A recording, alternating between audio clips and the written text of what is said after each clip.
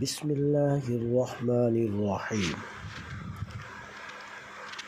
آج ہم مثنوی شریف کا 13واں سبق پڑھیں گے اور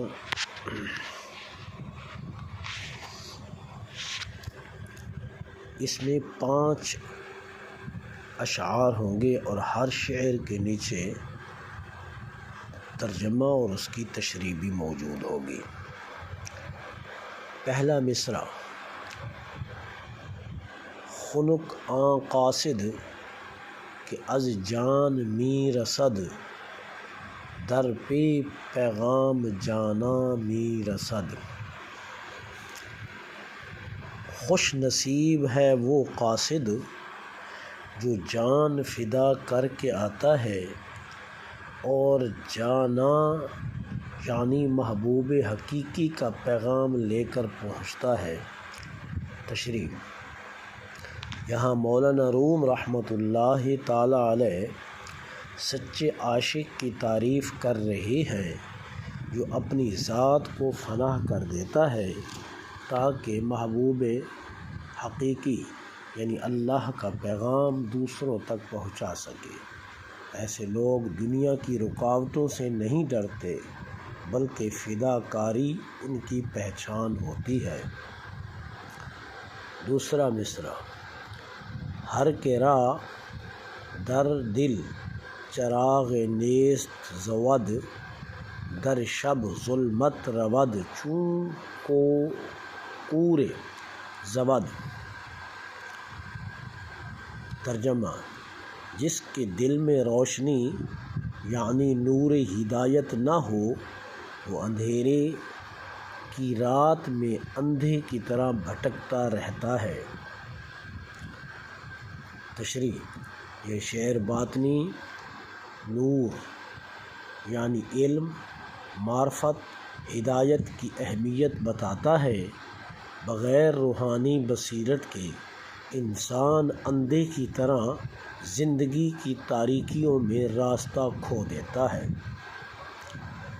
تیسرا مصرع: ہر کے بیند در درونش نور حق، زاں طرف آید بدو پیغام عشق۔ ترجمہ: جو اپنے اندر اللہ کا نور دیکھتا ہے اسی طرف سے اسے عشق حقیقی کا پیغام آتا ہے۔ تشریح: انسان کے باطن میں اللہ کا نور ہو تو وہی عشق الہی کی طرف راہ پاتا ہے۔ معرفت اور دل کی پاکیزگی عشق الہی کی طرف جانے کا راستہ ہے۔ نمبر 5: نور دل چون شمع شد، در راہ حق کافری گردد ز نور او مطلق۔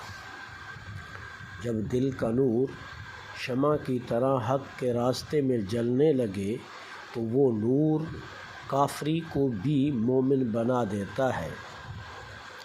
تشریح: یہاں دل کے نور کی تاثیر بیان کی گئی ہے۔ جب دل روشن ہو جائے تو وہ دوسروں پر بھی اثر ڈال کر انہیں ہدایت کی طرف مائل کر دیتا ہے۔ یہ عرفان کا وہ مقام ہے جو دوسروں کو بھی جگا دیتا ہے۔ نمبر 5: تا نبینی خویشتن را در فنا، کہ رہے از نیک و بد از ما و ما۔ ترجمہ: جب تک تو اپنی ذات کو فنا میں نہ دیکھے تو نیکی و بدی اور میں اور میرا سے آزاد نہیں ہو سکتا۔ تشریح: یہاں فنا فی اللہ کا تصور دیا گیا ہے۔ جب تک انسان اپنی نفس کو فنا نہیں کرتا وہ حقیقی آزادی حاصل نہیں کر سکتا۔ معرفت کا راستہ خود ہی کے خاتمے سے شروع ہوتا ہے۔ سبق کا خلاصہ: مولانا روم رحمۃ اللہ تعالی علیہ انسان کو عشق حقیقی، باطنی نور اور فنا فی اللہ کے اعلیٰ مقامات کی طرف بلاتے ہیں۔